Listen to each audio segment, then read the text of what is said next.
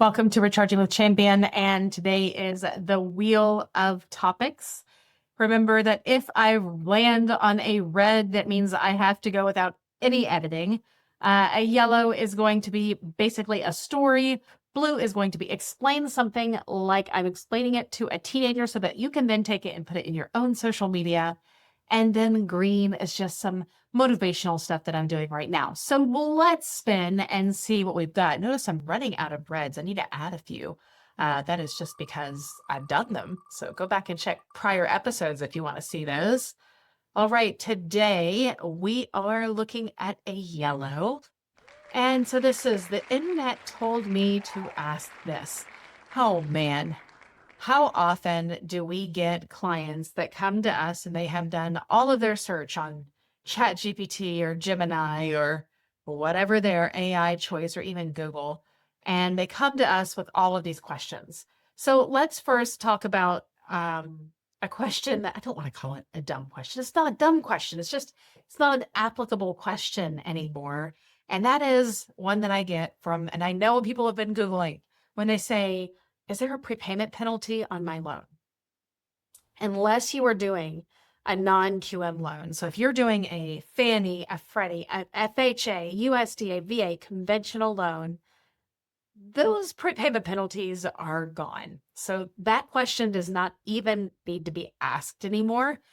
We all know that back in the day, that was a very good question to ask. It's just that it's not so relevant anymore. Now, if you're an investor and you're doing a DSCR loan, or maybe you're doing a non-traditional loan because you got some kind of weird things, funky things going on, then that would be a good time to ask that question because some of those do have prepayment penalties, especially the DSCR, which is those investment property houses.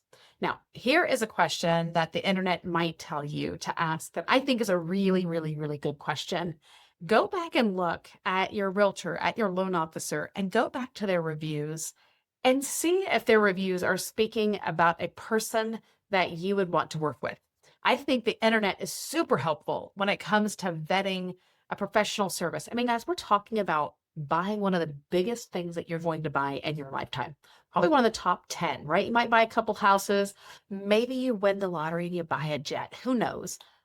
But the reality is you want somebody that you trust, somebody that you can look back at their reviews and see what other people have said about them to know if it's somebody that you want to work with. So a really good place to go looking at online and getting some information is going back and looking at reviews. This can be Google reviews. It could be Zillow reviews. It could be on their website. They might have a review source that you can go through and see. Experience.com is a popular one. But go and check out all the reviews that you can. And lots of people are going to have good reviews, but see if the reviews and the things that people are saying about them are important to you. And if they are, then you can know that you have picked the right lender or the right realtor. So that is something that the internet can help you with. And one that the internet always tells people to ask is if there's a prepayment penalty. Like that is not really a valid question if you're doing traditional financing anymore.